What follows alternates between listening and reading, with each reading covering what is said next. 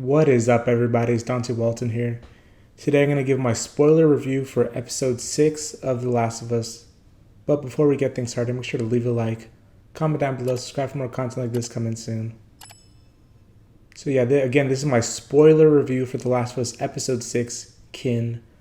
If you're not caught up in the show, I will be spoiling what's happened so far, but I'll not be spoiling anything that happens in the video game because, like I've mentioned time and time again, I've basically played only up until like what's been shown in like up to like episode 2, I would say. After that, really don't know what's gonna happen. So I'm just going along for the ride, But this episode, yeah, I thought it was another great one. I mean, the show hasn't missed so far. Only a few episodes left. So I'm hoping and I'm willing to bet that the show will remain consistently good like throughout the whole season. But this episode was definitely a nice change of pace compared to last episode, which, while I thought was amazing, was stressful at times, a little depressing at the end. Actually, more than a little depressing at the end. A lot of like a big like action set piece, a lot of infected going on, all this stuff like that. A little more, I don't know if I want to say claustrophobic, but I don't know, a lot of like, I don't know, it doesn't have like the openness like this episode. Like they're already in Wyoming. Curious exactly how much time has passed. A few months probably. It's winter time. The beautiful landscape. It's snowing. It looks really great. A lot of great scenery. A lot of great landscape shots. I really love the openness of this episode. And man, it really, seeing as like this is another episode that didn't have any infected in it at all. There's only been, I think like episode 4 also didn't have infected. But yeah, again, it really leads to some really great character moments, I gotta say. Especially between like Joel and Ellie and Joel and Tommy. It's so cool that we got to see that reunion. That was really kind of a sweet reunion when Joel and Tommy reunited in Jackson, Wyoming, which I really liked. I don't know, the different types of like towns or like cities we've seen so far, like in this post-pandemic world here for The Last of Us, like Boston being like ruled by Fedra, Kansas City, the people overthrew Fedra. Here in Jackson, no Fedra. People are living, seems peacefully. Like so it's actually a functioning community. They have a school, they have church, they have livestock, greenhouses. They like screen movies. They have electricity. Like, yeah, it seems really nice. There's like democratically elected leaders and all that. So it's really cool to actually see like there is still some hope for humanity to achieve like some sort of normalcy or I don't know, at least functionality again. So that's something that we kind of needed, I think, in the show. But again, going back to like the character moments here, man, I've enjoyed Pedro Pascal like across the entire show, but this episode, I don't know, I've got some of my best moments here with him, I would say. Like the scene where Joel is talking to Tommy, basically begging him to take Ellie to the Firefly in University of Eastern Colorado. The way he's talking about how, like, I don't know, he doesn't know if it was because he was just getting old, he's slow, he's deaf, or what. But the fact that Ellie had to save him from Brian in episode 4 really like weighed heavily on him. Even then, like he like a couple times I was asking Ellie like if she's okay and that he's sorry about it and that she shouldn't have had to do that. But also like earlier in this episode when they have like when the group of people from Jackson like spot Ellie and Joel like by the river, like they have like the dog come up that's supposed to like apparently smell out infected people, and he said like he just froze. He didn't know what to do. He just was so scared he couldn't move or do anything, and he feels that like I don't know, like he's gonna get Ellie killed one of these days, or that's why he begs Tommy to do it because he's younger and that I don't know, he doesn't trust himself. And he talks about how every day like he dreams, but he didn't know about what. But he just wakes up feeling that he's lost something, and he always feels like he keeps failing her. He says like fail her, which could be taken a couple ways. Either Ellie, like she's had to like he's like failed to, in his mind, he's failed to like protect her properly and all that.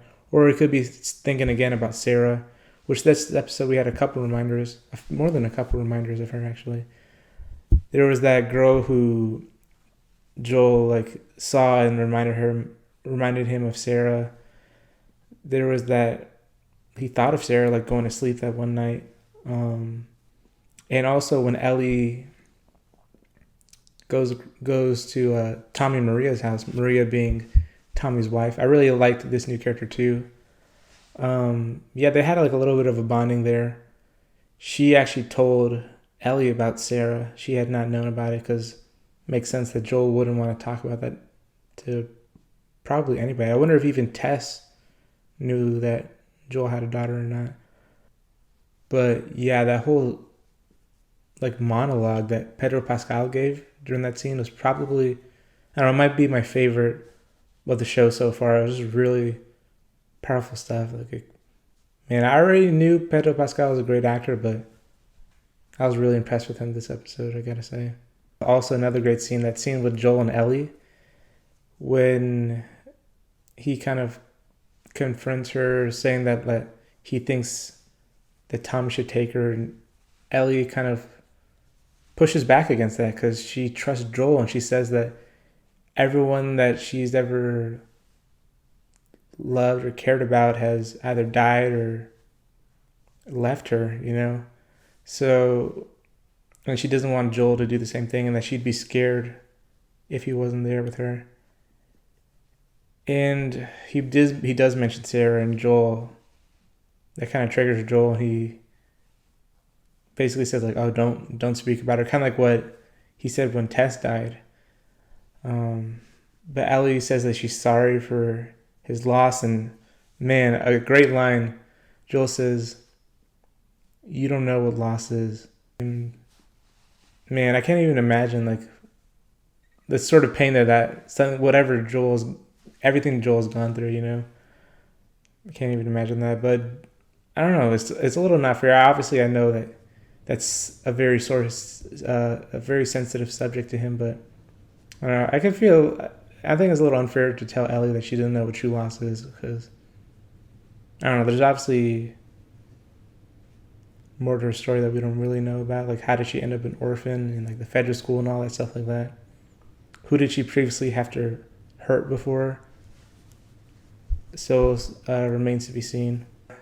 We also learned that Maria, she had a son too who died during the start of the pandemic, who was only a few years old, which is a little sad to hear, but it's interesting seeing how they're like comparing and contrasting how the characters of Joel and Maria both had different ways of grieving for the loss of their children. Joel kind of closing himself off, being more like standoffish, not really wanting to bring in people, and being reluctant to actually like admitting that he cares about them, which, I mean, it's really evident that he cares about Ellie, but he calls her cargo. Like here, he even says like, "Oh, I'm not your father," and all that stuff. Even though I feel like he's still kind of relating, he's like definitely relating Ellie more to Sarah. And I don't know, even in the memorial they have for Sarah at Tommy and Maria's house, like I don't know if they mentioned it before, but she died when she was 14 years old, which is the same age Ellie is now. So that's even more of a connection that Joel has, you know. But for Maria, she talked a little bit about her life before the whole outbreak, and that she was an assistant district attorney, and now here in Jackson, she's like giving a lot to the community. She is a democratically elected member of the council and all this stuff like that. She seems like she wants to help people. And she's pregnant, so her and Tommy are having a child. So Really interesting. But Maria's a little bit worried about Ellie because she's like with Joel, and I don't know. She has some sort of opinion about what Joel has done in the past, based on like what Tommy has told her, and even Tommy himself seems like remorseful of like what they had to do. He says that, and when Joel like tells Tommy that it's what we had to do to survive, Tommy says that we didn't have to murder people. There were other ways of doing it. We just weren't any good at it. So yeah, like it seems like Maria still doesn't fully trust Joel, and she even tells Ellie, "The only people who can betray us are the ones we trust," which that's a great line, and it's true, you know. But obviously, Ellie does trust Joel. I feel like, because even at the end, when given the choice, does she want to go with Joel or Tommy, she doesn't even hesitate and says, "Let's go." So she goes with Joel. And yeah, the whole scene in like the university was interesting. The Fireflies weren't even there. They all packed up and left. I don't know how recently, but to go to Salt Lake City, it seems. Then these people, I don't know what group they're part of, were there at the university. Maybe that's part of the reason why Fireflies left. They attack Joel. Joel gets like stabbed with like a broken off piece of the like a baseball bat, and then eventually, like after they escape, he just falls off the horse and passes out. And I mean, no way Joel dies here, right? I mean, they cut the episode right there. I'd imagine that. I don't know. I'd imagine that if he did die, that I don't know. Yeah, I wouldn't think they would end it like that, but I don't know. It's a good cliffhanger nonetheless, you know. So I'm really curious what's going to happen next episode. Man, really enjoyed this one. I've been enjoying the whole show so far. We only got 3 more episodes left of the season, so curious how it's going to end. But with that, I'll let you all go. Hope you enjoyed the video. Catch you all next time. Bye.